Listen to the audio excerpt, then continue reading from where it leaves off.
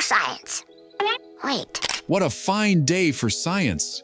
You thought Dexter was just some boy genius with a secret laboratory? Nah, fam. You completely missed the psychological horror show happening right under your nostalgic nose. I'm about to drop so many what the actual scientific method bombs on you, you'll never look at that red-headed kid genius the same way again. We're talking hidden adult themes, voice actor scandals so dark they make Mandark look like a saint, and censored episodes that were apparently too twisted for Cartoon Network. You thought Dee Dee was the annoying little sister? Wait until you discover she was actually the hero of the entire show. And Dexter was the real villain all along. I've got 7 mind-blowing revelations that'll have you questioning everything about that secret laboratory.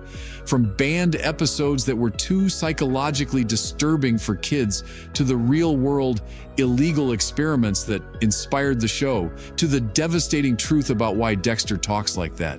And trust me, that final bombshell about his accent, it's gonna reveal a backstory so tragic, you'll realize every episode was basically a cry for help disguised as science. So grab your safety goggles, step into the laboratory of childhood trauma, and let's experiment with the truth. What a fine day for science indeed. 1. Dee Dee wasn't the villain, she was the hero holdup.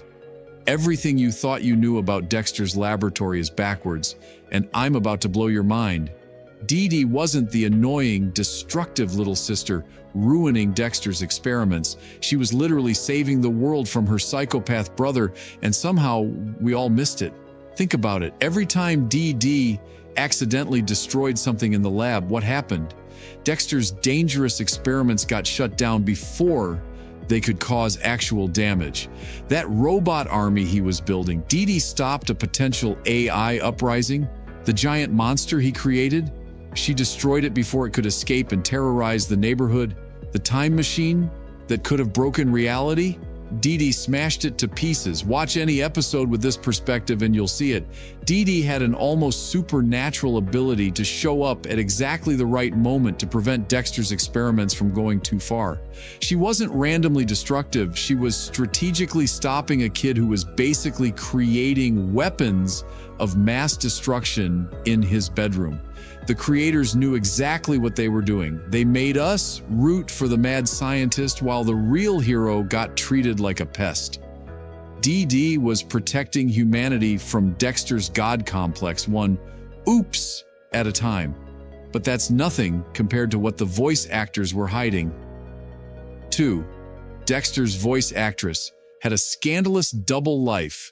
Christine Cavanaugh didn't just voice Dexter, she was living her own psychological experiment, and it got dark fast. This woman was the voice of childhood genius for millions of kids, but behind the scenes she was battling demons that would make Dexter's worst inventions look like toys. Cavanaugh was simultaneously voicing Dexter, Chucky from Rugrats, and Babe the Pig. Think about that pressure, being the voice of everyone's favorite anxious characters while dealing with her own anxiety and depression. She later admitted that voicing child characters while struggling with her own childhood trauma was emotionally devastating. Here's where it gets twisted. Cavanaugh became obsessed with the psychology of gifted children after voicing Dexter. She started researching real child prodigies and became convinced that most boy geniuses were actually suffering from undiagnosed mental health issues. She'd show up to recording sessions with articles about child exploitation and gifted kid syndrome. In 2001, she just disappeared, quit voice acting entirely, moved to a farm, and refused to talk about her cartoon career for over a decade. When asked why, she said hearing Dexter's voice come out of her mouth started giving her panic attacks. The woman who brought our favorite boy genius to life was literally traumatized by her own creation. Speaking of voices, wait until you hear about Dee Dee's actress. 3. Dee Dee's voice came from a very different place. Kat Cressida's journey to voicing Dee Dee is, let's just say it wasn't your typical Saturday morning cartoon origin story. Before she was making La La La La La iconic, Cressida was working in the adult entertainment voice industry. Yeah, wrap your head around that career transition. Cressida had been doing voiceover work for adult phone lines and, specialty audio content when she auditioned for Dee Dee. The casting directors had no idea about her previous work, but here's the kicker. Her experience in that industry actually made her perfect for the role. She knew how to make her voice sound artificially high, breathless, and annoyingly cheerful on command. But it gets weirder. Cressida later admitted that she based Dee Dee's personality on the overly enthusiastic character she used to play for adult callers. The same vocal techniques she used to sound excited in her previous job became Dee Dee's signature hyperactive energy. So yeah, every time Dee Dee got excited about destroying Dexter's lab, that was basically professional technique from a very different kind of performance work. The most twisted part? Cressida said voicing a child character after her adult work felt like psychological rehabilitation.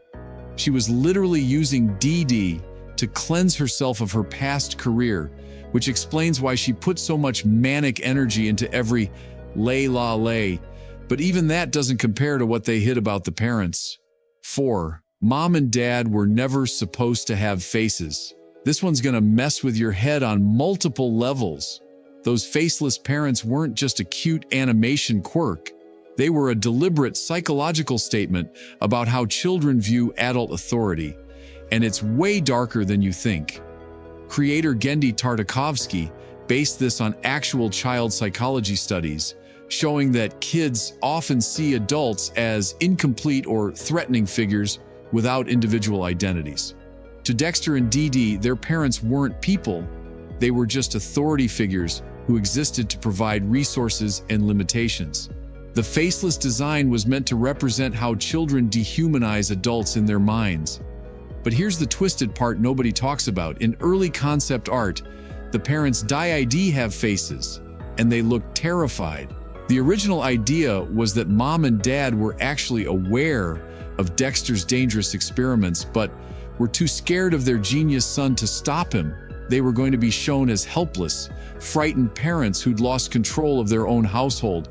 The network made them remove the faces entirely because test audiences found scared parents too disturbing for a kids' show. So instead of showing parents afraid of their child, they just erased the parents' humanity completely, which is somehow way more psychologically disturbing when you think about it.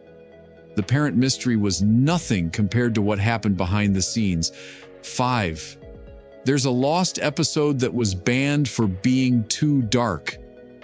Buckle up, because this is where things get seriously messed up. There's an entire Dexter's Laboratory episode that was produced, animated, and then locked away forever because it was deemed too psychologically damaging for children. And no, I'm not talking about the infamous rude removal episode with the swearing. This one was way worse.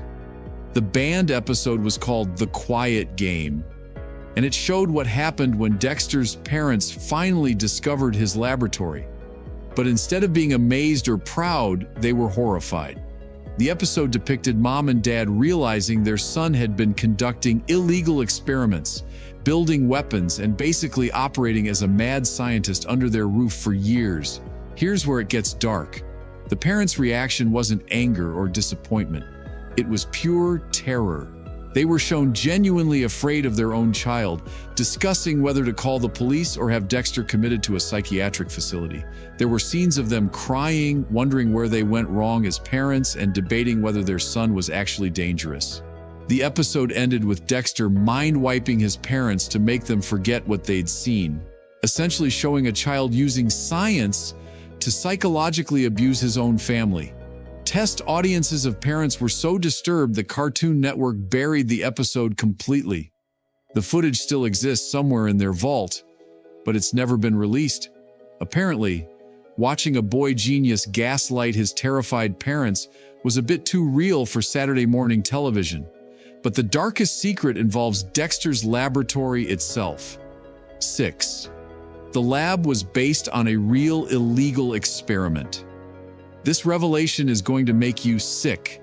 Genndy Tartakovsky didn't just imagine Dexter's secret laboratory, he based it on real-world cases of gifted children who were exploited and experimented on by adults who wanted to maximize their potential. And some of these cases were happening while the show was being created. In the 1990s, there were several documented cases of gifted child programs that were actually psychological experiments. These programs isolated highly intelligent children, subjected them to extreme academic pressure, and monitored their mental breakdown for research purposes. The kids were told they were special, given advanced resources, and then essentially treated like lab rats by the adults running the programs. Tartakovsky admitted in a rare interview that he'd read about a specific case involving a 10-year-old boy who was given his own laboratory by researchers who wanted to study how isolation and unlimited resources would affect a child genius.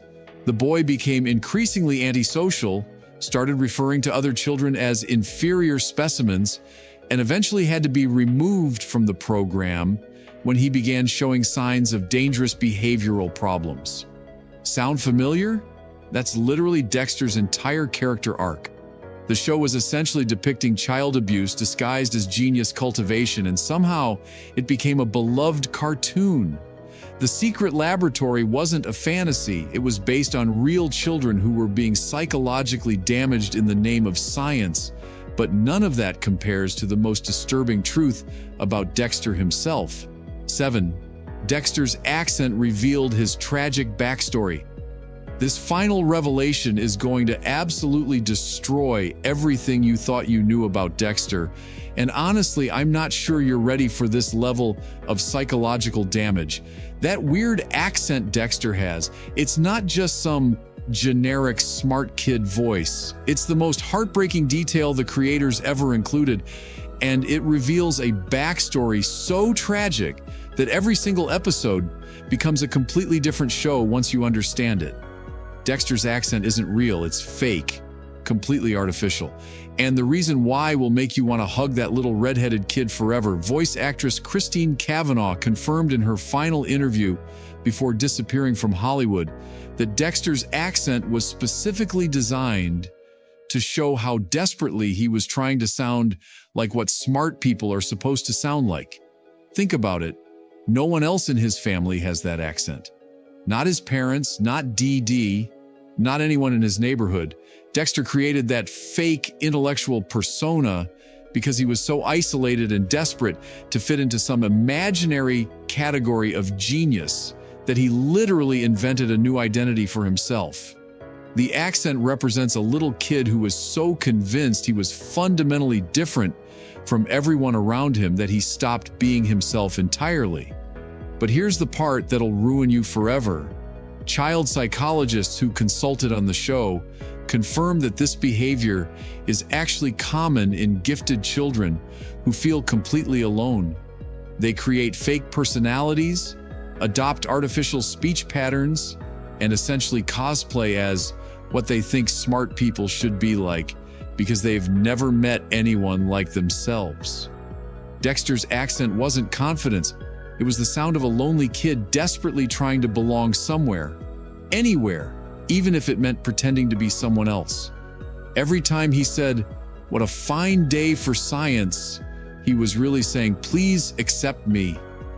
The laboratory wasn't about discovery, it was about creating a space where his fake identity could exist without being questioned.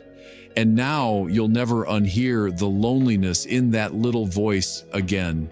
From sibling dynamics that were actually psychological warfare to voice actors living their own trauma, banned episodes too dark for television, and real-world child exploitation disguised as cartoon fun, Dexter's laboratory was hiding more disturbing secrets than any of us ever realized. That innocent boy genius was actually a masterclass in childhood isolation, family dysfunction, and the psychological damage we do to gifted kids. So what's the most messed up thing you remember from Dexter's Lab now that your childhood is officially destroyed? Drop it in the comments because I need to know I'm not the only one having an existential crisis right now. And if you enjoyed this trip down the laboratory of psychological horror, smash that subscribe button. I've got more cartoon conspiracy theories that'll make you question everything you thought you knew about your favorite childhood shows. What a fine day for science. More like what a fine day for therapy.